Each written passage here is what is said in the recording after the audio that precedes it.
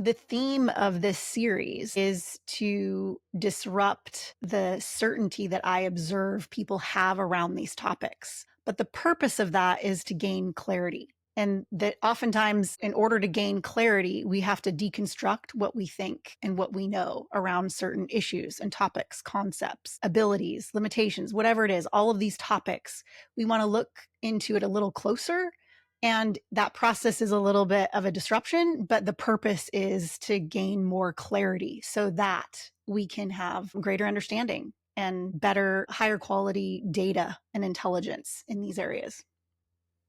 It was interesting because we came to this topic like as, I don't know, I'll call it a throwaway line. You and I were speaking about a totally different topic. And you were like, it's like logic. Like just because you have logic doesn't mean it's good logic. Logic can be stupid and it can get you to a conclusion that you don't mean to get to. And that was the first time that I was confronted with this kind of what you're saying, this disruption in the way that we accept logic as useful, even. And in many ways, it can be the opposite unintentionally, of course. Yeah, my experience, I mean, how I come to all of these places, these landscapes and these places of real introspection, honestly, is through realizing my own limitations in the constructs that I make. And so around logic, I was realizing that I have an ability to construct, which I think everyone has, a certain logic, meaning there's a flow, there's a sequence, there's this, then that. There's a reasoning involved in how I come to certain conclusions, and not even conclusions necessarily, but beliefs, and even beliefs about myself.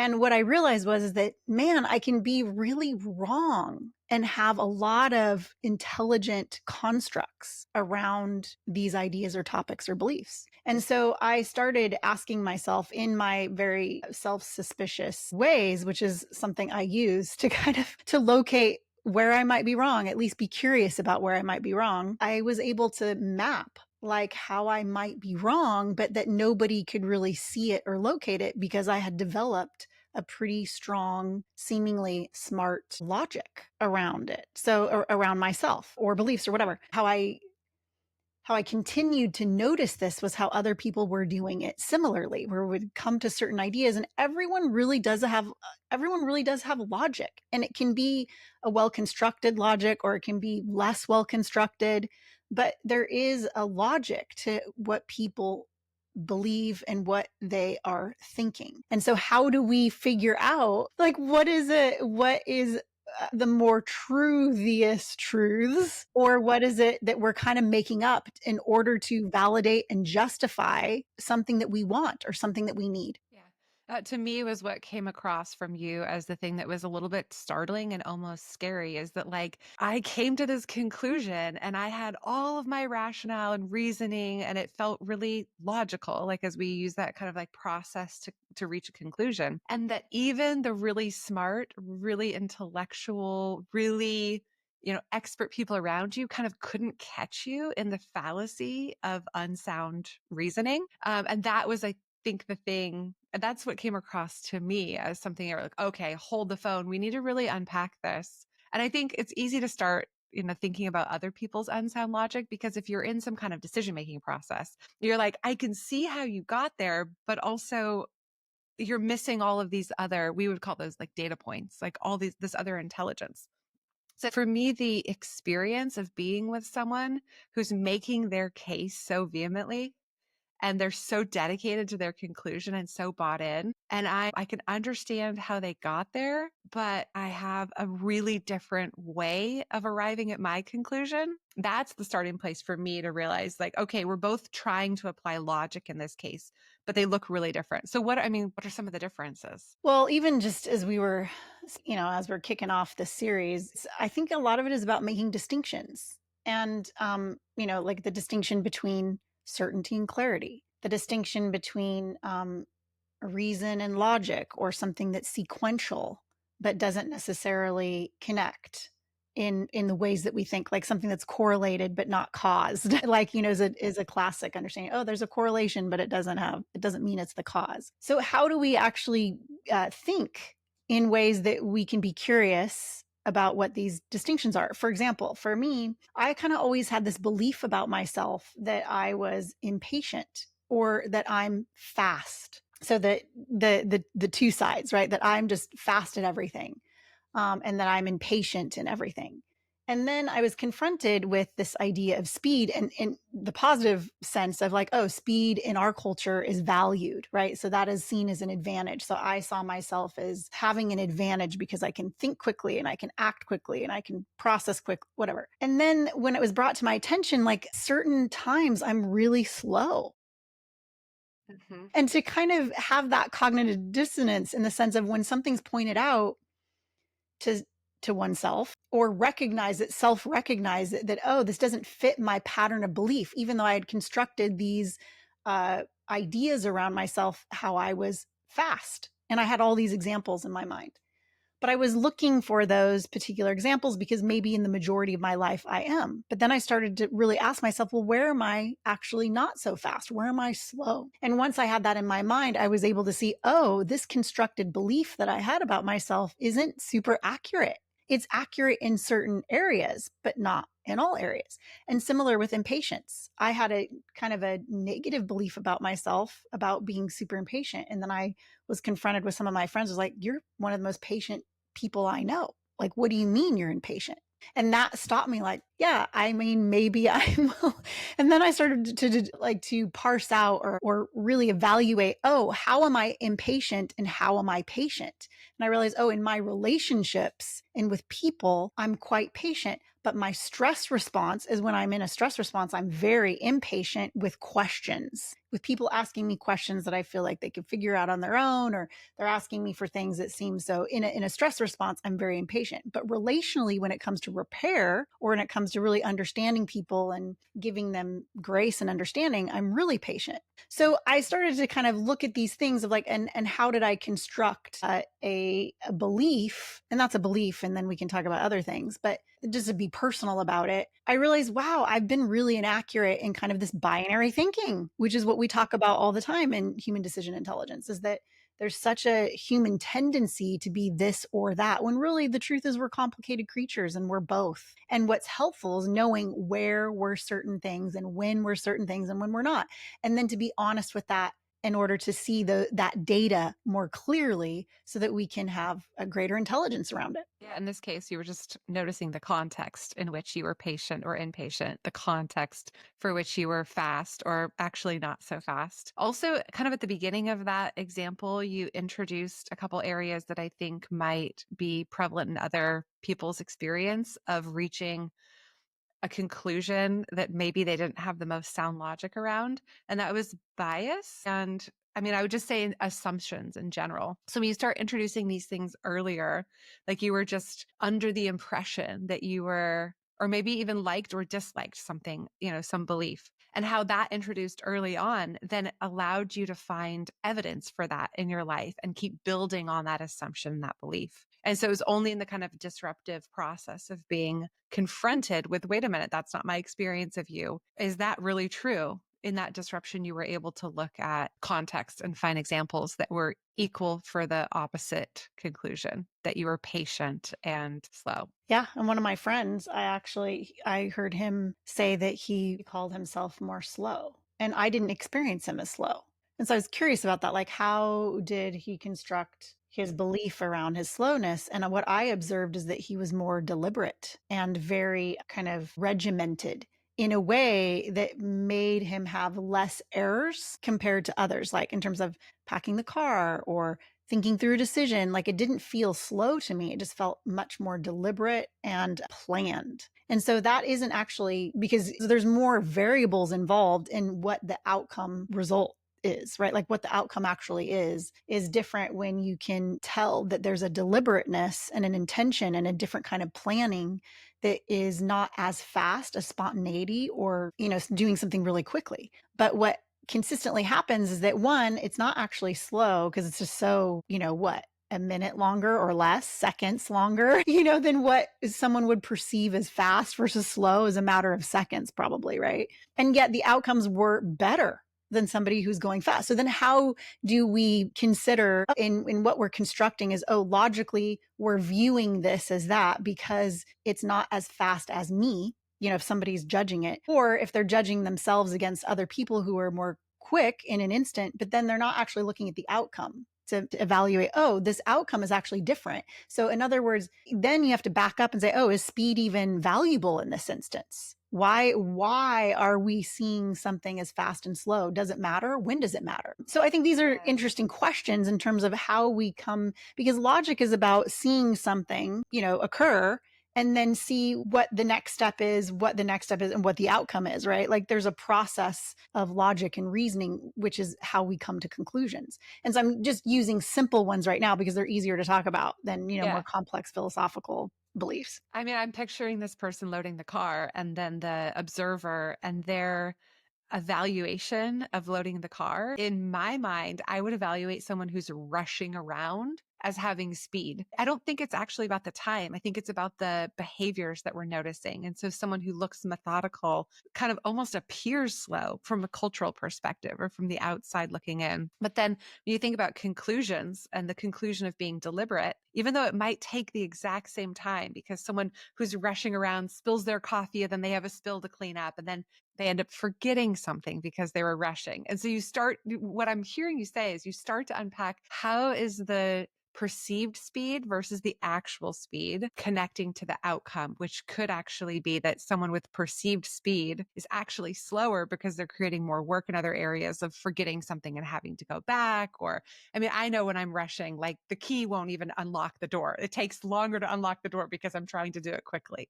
Those kinds of things. 100%. And now we can just add those words of, if someone's methodical, deliberate, having more intentional planning or decision making, that does take a little bit more time. But yet how exactly, as you said, at the end, it probably takes less time and it's actually more efficient. And this is one of our themes, by the way, that we talk about in other areas is speed is rarely efficient. What's efficient is what we're talking about is having time enough to do processing and to make decisions so that you make less mistakes and there's less friction along the way. And so I think this is really interesting. We have to add speed and efficiency to the list. Speed versus efficiency for sure. Okay, so I want to kind of zoom out and get into some more of the topics. So we provided some examples. So if listeners only listen to the 1 minute of this video, what Yeah. is the most kind of compelling, controversial, or provocative aspect of this topic? What I'm learning around the word logic is that everything is in degrees. Something can be more or less logical, right? Something and someone can be more or less anything, more or less patient, more or less truthful, more or less whatever. There's degrees. And I think one important aspect of human decision intelligence is to recognize degrees. And rather than being extremely binary, like, oh, that's not logical or it is logical, that is not necessarily the truth. That there is logic. People have logic. They come to conclusions not always by just making shit up. They make observations, they make connections, and those observations and connections can be more or less accurate. Some can be accurate and some cannot.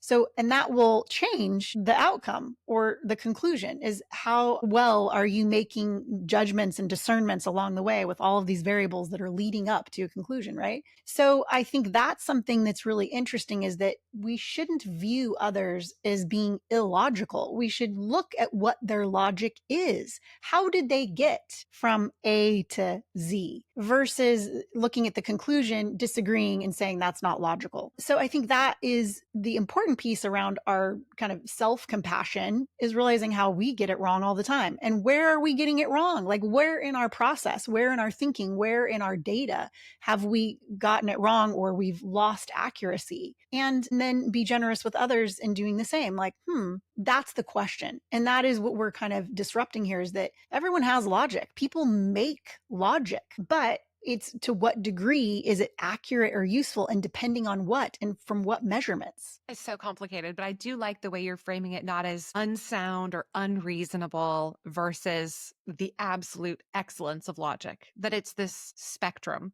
And the way I heard you say it was that along the different points that we're going through, whether this is across a lifetime or a really small isolated decision, that there are many places where we choose data and It's the accuracy of that data along each individual touch point that leads us into more sound reasoning and a really solid logical conclusion, or maybe detracts us a little bit. And so let's say there's a simple decision, there's 10 touch points, four of them aren't that accurate, like you just didn't really get the right information from the right source, and the other six are really sound. Okay, you're going to come to like, we could call that like a 60% accuracy. And so I like that there's middle ground here. And I think that what you've suggested for a person to lean in and ask, I guess, themselves or others is about how did I get to that piece of logic and what was the data I was using and how accurate it was. Like even giving like an accuracy reading on an individual piece of data, like hearsay, like if a friend told you something versus something that's written or, different sources of internet research, right? Like if you're asking chat GPT versus a medical journal, something like that. So there's a lot of variables going along the way. But I think, yeah, the 2 points that you made that were really good is that logic is on a spectrum. It's not all good or all bad. And that's the accuracy of each data point that we're using in creating our logic that ultimately takes us to a place of sound reasoning or gets us off track. Yeah. And there's so much to consider too in terms of our self protection. Most of us create a logic, right? Or create or construct a kind of rule, right? Rule or boundary or parameters or guardrails that are very much rooted in our past experiences. And although that's helpful and useful, what humans tend to be less skilled at is, and this is, I'm speaking for myself, is that I created the ways of navigating other humans based on what has happened to me in the past and my values. And what I noticed is that makes it very easy for me to navigate the world because I've constructed these beliefs based on my past experiences that make it very easy to move forward because I don't have to think about it. It's like, oh, this is the way that it is. This is what works for me. This is how I understand this thing to be. But then that doesn't leave a lot of room for us to become different or for others around us to become different. And for example, I have this I generally allow others to approach me first. And the reason why is because I understand that my energy and the person that I am in the world is that can be intimidating just energetically, even though I'm not trying to be intimidating at all. And I don't actually think I am intimidating. But one of the beliefs that I had, by the way, side note, one of the beliefs I had when I was younger is that I was intimidating. And so this is really interesting is that because the way that people responded to me and because the word they used for themselves was that, oh, you're intimidating.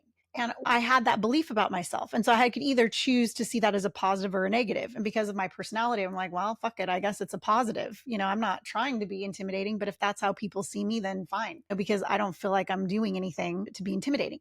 But along the way, I accepted what people told me that was intimidating. Now, fast forward, I have been able to realize, no, actually, it's other people's insecurity that make me intimidating because I'm not really intimidated by many people, if ever. Like I can't even remember. And part of that is that I have a kind of self-confidence. I don't have insecurity. Again, not earned. I always say this. I didn't earn that. It just is how I was brought into the world, is having a certain kind of self-confidence. But many people don't because they weren't given that gift in their life. And so as a result, they're going to experience certain people as intimidating. And I didn't actually deconstruct this until similar things happens where I would say it out loud. I'm like, yeah, I'm seen as intimidating. Because of that, I kind of just, I navigate myself in this way to kind of make it a little better or not care. And somebody brought it up to me who's actually confident, is like, I've never found you intimidating. And I was kind of like, yeah, I don't know why people are intimidating me. So I had to ask that question, like, why are people feeling, is it something that I'm doing? How am I navigating? What's going on here? And it wasn't until I actually really was curious about that, how people are perceiving me.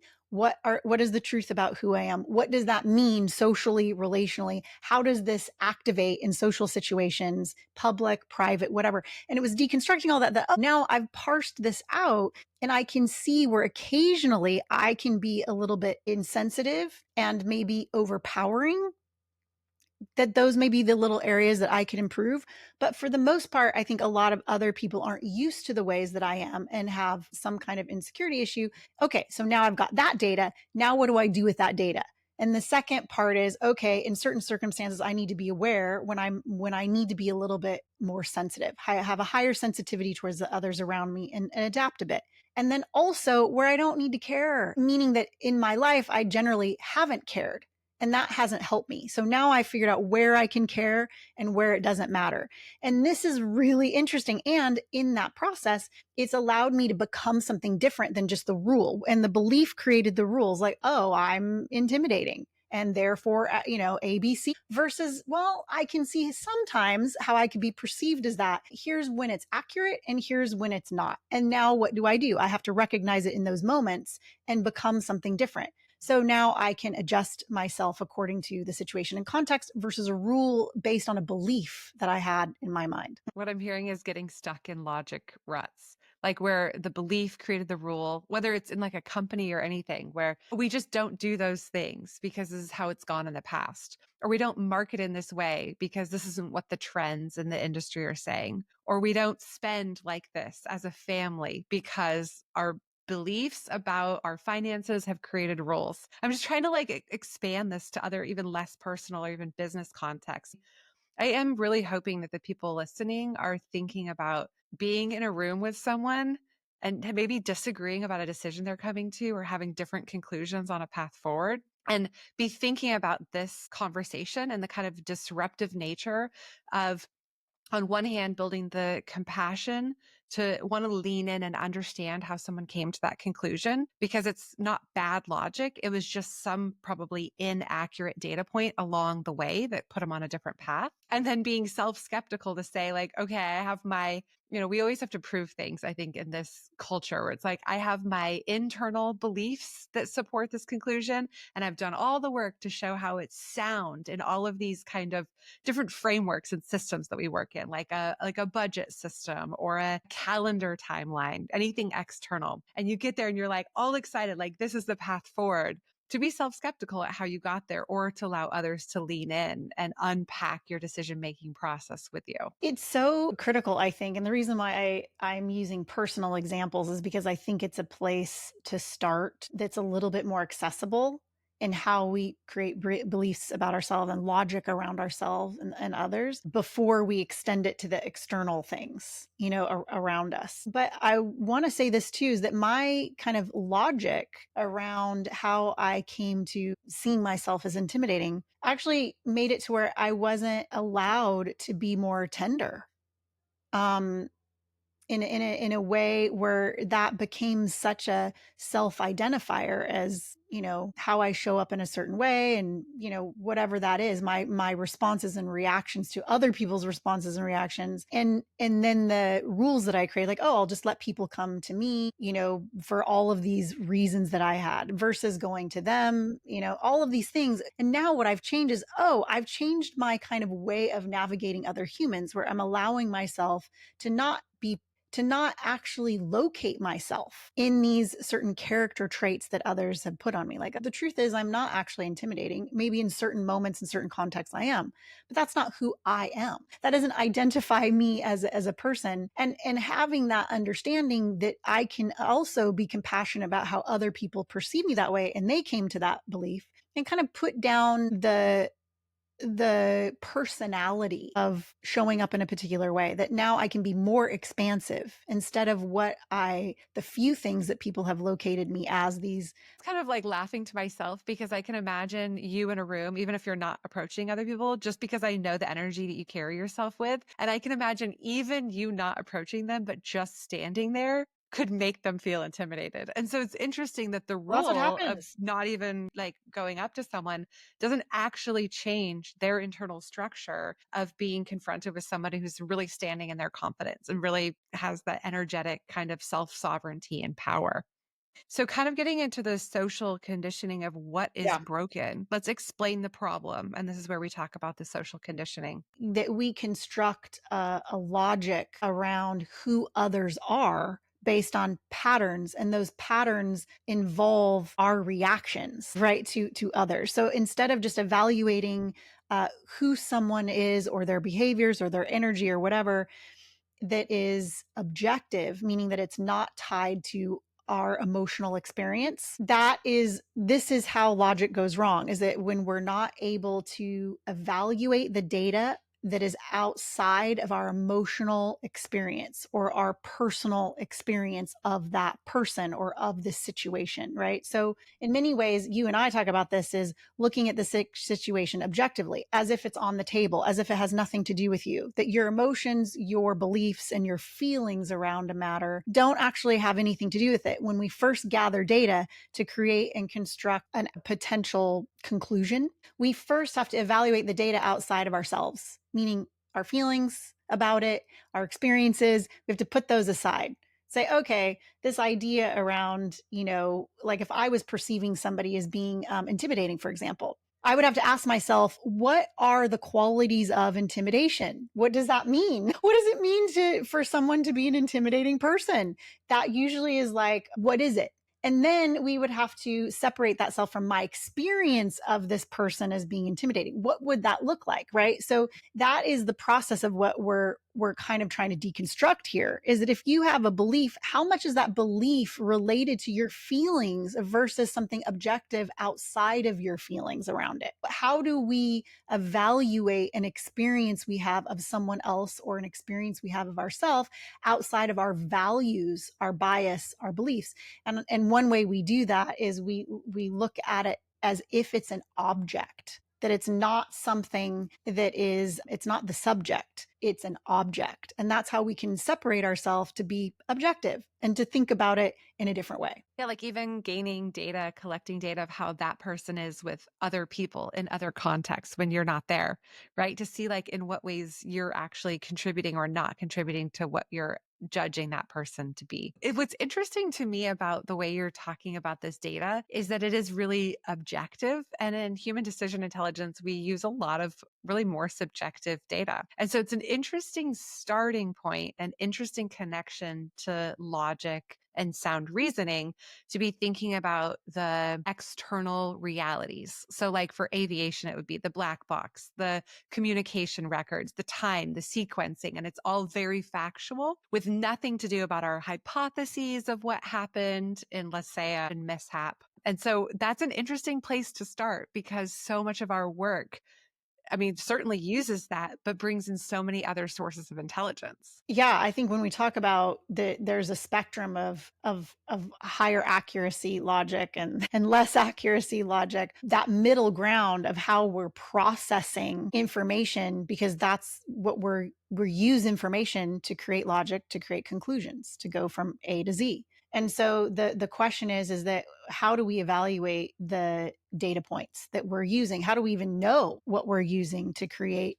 a conclusion or a structure for ourselves? Sometimes they just happen less consciously and sometimes entirely unconsciously. And so this is the question, is that I think what I have learned is that when we're able to disrupt our sense of certainty around something, I am intimidating, or I am fast, or I am slow, or I am impatient, whatever these things are, if we're able to look at it with less certainty and deconstruct what that means, like what all the things that we're talking about, like, well, in what context, in what is the situation, and what's the circumstance, and all of, whatever factors, what are my moods, what is my emotional experience in this moment, all the things, we are able to gain clarity. And clarity happens when we can deconstruct these areas and find the nuance and context. And that's the place where we can make distinctions. And those distinctions actually offer a greater clarity. Like, I'm patient in these circumstances, but not in these. Well, that's really useful because now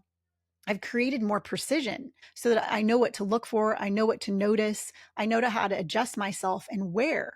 That is really valuable versus just saying, oh, I'm an impatient person and I'm fast. It puts it That's in the not category of a behavior versus a characteristic. And so it actually unlocks it from a deep seated belief about who you are and brings it to more of a behavioral level where it's something you can work with in different contexts. You can choose to be patient or notice when you're being impatient. right. They're no longer attached to an identity. They become tools for the moment. Oh, patience is really valuable in this situation. Speed is really valuable in this situation. Being super confident is valuable in this situation. Taking a little bit more of a back seat and, being less forward is valuable in this situation. Now it's like, oh, I'm no one thing. I'm everything. And it just depends on the circumstance. And that is a part of how we construct, our beliefs and our logic, not just about ourselves, but about the world around us. Yeah, I have this note that's just kind of made me laugh. It was like a note from a previous conversation we had, and it's like, I can see your logic, but your conclusion isn't logical. You reasoned with yourself and you weren't well informed, but you didn't get to sound logic. And this is obviously in the context of someone who's, demonstrating a conclusion that just doesn't hold up under scrutiny. So part of this conversation is also about creating logic that can be scrutinized in a way that it can hold up under pressure. So the example for you, given the personal scenario you've shared, is that a friend wouldn't be able to come to you and say, I don't experience you in that way. That scrutiny, your logic wasn't able to hold up. Exactly. And to be looking for that, and I think that is the point, that is the theme of this series of topics, is how can we actually take a topic and see that there isn't as much certainty around, or where are we having certainty where there really isn't so much certainty, and how that can evolve and help us to get to clarity by making distinctions, by being curious, and by examining and deconstructing how we got there. What are our beliefs around logic? Why do we use that word as good thing, and then we weaponize it against people, right? And say you're illogical. Well, it's like, well, is that actually true? Like we all do, like at the top, we said we all have logic. So it's just a matter of degrees. And what's useful and helpful for ourselves and each other is engaging that logic to see where the degrees are. Like, oh, this part makes sense. This part didn't quite work.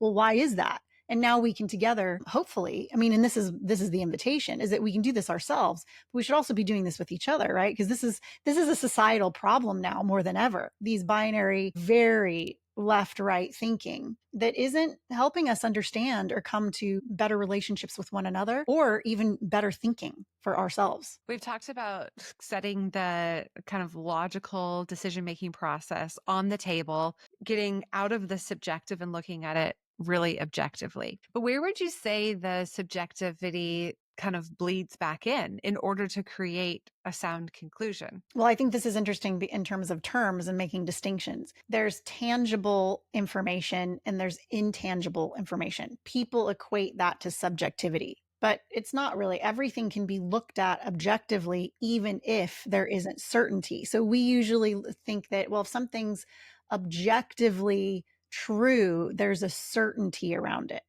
And I would say that all information can be looked at as an object. What is this? What does it mean if it's true or if it's not? Does it matter if it's true or it's not? And the purpose, what we want to shift here, is the purpose is to get to clarity, not certainty. So we can look at anything as an object and say, hey, what do we think about this if it's on the table? We can examine it. We can look at a glass. We can examine it, turn it around, say, hey, what do you see? What's the angle you see? Here's what I see. And the process of that is both objective and subjective. But the point of it is that it doesn't have to do with our identity. We're not making the conversation of this glass about us. We're looking at as an object, and we're discussing it as if it's an object, but even though our experiences of it could be subjective. And so there is this complexity in how we're using words. What does it mean to be objective? What does it mean to be subjective? From whose point of view, and inside what conversation? Yeah.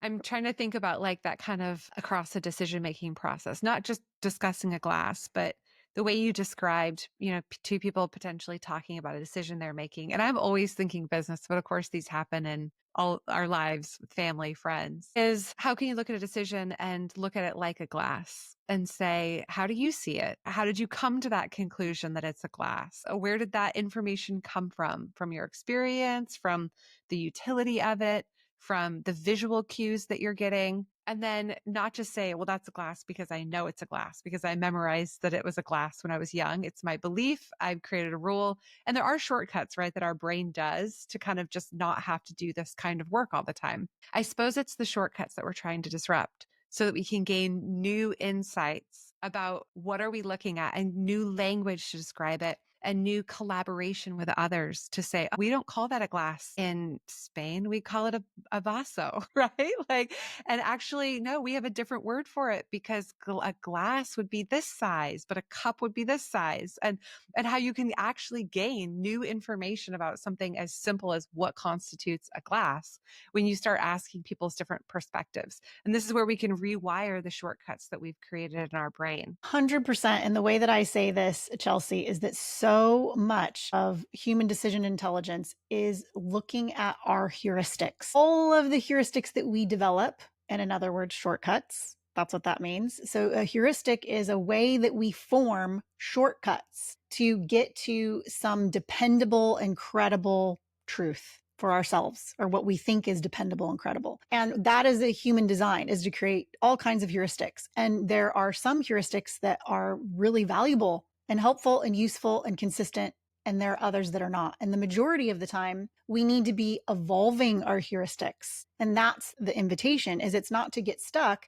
in a particular heuristic of, this is what we were just talking about, like how we can create a shortcut, how we create, I mean, I would just describe one off the top, is like, from a young age, we're told one thing. Based on that thing that is consistently becomes an experience for us, we create a rule, we create a heuristic, we create a shortcut so that we can navigate that reality with greater ease. But then there comes a point where that actually isn't helpful and it's creating other problems. How do we know when that's happening without, thinking about these things, without looking at our logic? How did we get there? How did that even happen? Yeah. And so many different sciences and philosophy and psychology are trying to get to these places. But I think socially, this is a big issue. And then personally, this is a big issue. And in business, there isn't an issue. There isn't a place where humans aren't creating heuristics because we want to make our existence and our work easier with less friction. What we're not realizing is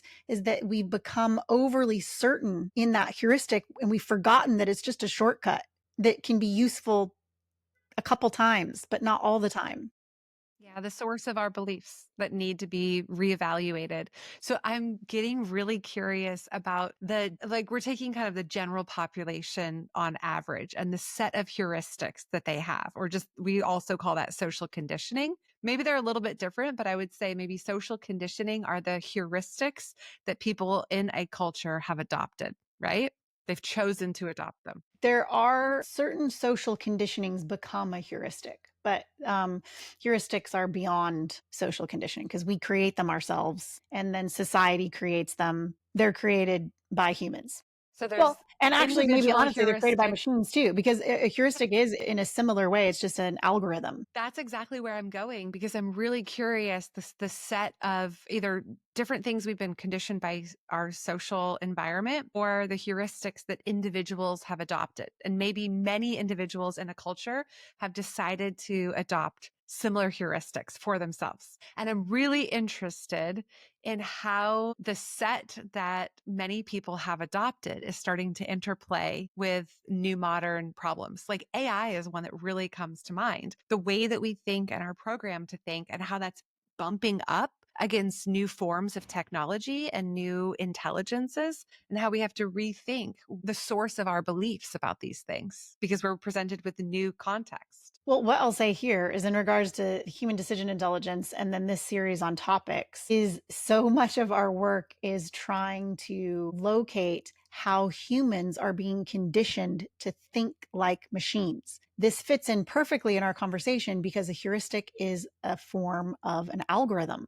It's a formula. And so they can be complex or they can be simple, but either way, they're shorthand go-tos that are pre-programmed, either pre-programmed by our society, pre-programmed by our parents, pre-programmed by ourselves. They are shortcuts they're consciously and unconsciously designed to make our lives easier and less burdensome. But in fact, they become very machine-like when we overly depend on these rules, shortcuts, formulas for ourselves, and they actually don't remain very accurate over time. Is it fair to say that for a person, including myself, to start thinking about the places where I've adopted heuristics over time and they've in turn created rules that I operate? It's a set of beliefs and values, but it really connects decision making in terms of the source of my logic that I use to make decisions.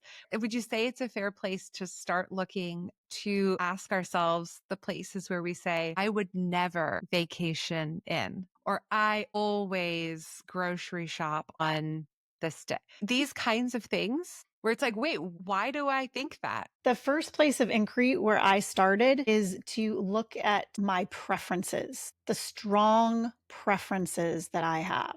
How were those preferences developed? And what I realized is that a lot of them are I hold, because to me I've evaluated them, I put them under the microscope. I'm like, these are actually really great, but I still break my preferences all the time. And that's usually inside relationship or inside a particular circumstances that there's something else that has to be prioritized over this particular preference. And then even in my relationships, that's how I break them. Is like, oh, this relationship in this moment requires me to prioritize something else other than this particular preference. But that's the beginning place that I've noticed for myself and, others, is where are your really strong preferences? Where are the places that you have incredible amount of certainty? That's where we look at, is preferences and certainty. Those are the places where we begin to be curious and to investigate to see, where am I missing something? Where is there a lack of clarity? And that is the point, is that when we examine and deconstruct our certainty, we usually come to more clarity. And that is a strange paradox that I love and I think is really important. And again, not that we can't have certainty. And I'm not saying that certainty is bad. It's just certainty should be temporary. And And this is clarity is something we can continually evolve. Yeah. And this is where disruption becomes such a useful tool, because if we're starting to look in the place of our preferences and the places of our certainty, I've noticed recently, just from my lifestyle, that my preferences are unknown to me, except in the context of the preferences being disrupted.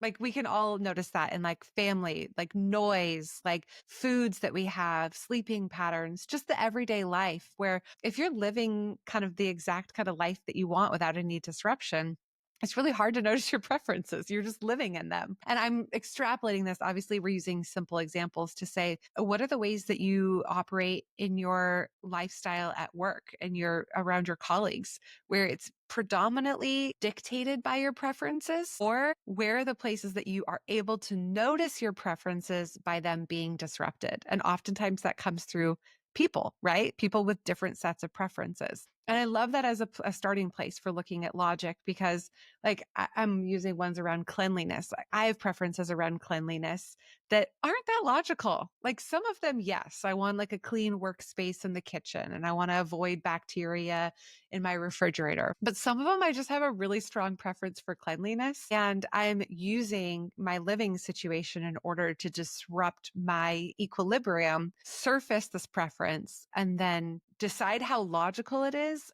Is there a place where you can see where people do this really well?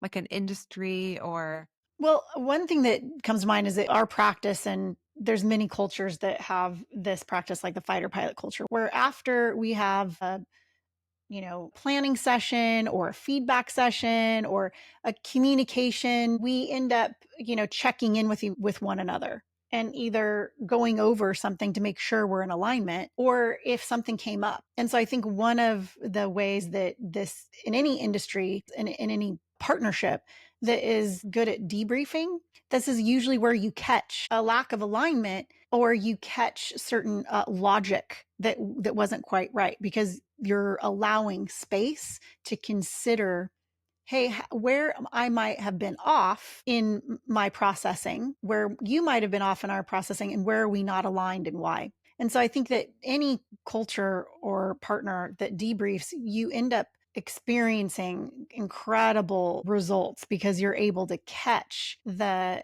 logic that might be really on point and also the logic that might be off. And that adjustment or confirmation, that's what we're going for. That's a really positive way to go through the process of evaluating where we're at on the spectrum of our conclusions, our beliefs, and our experiences in our work and in our life.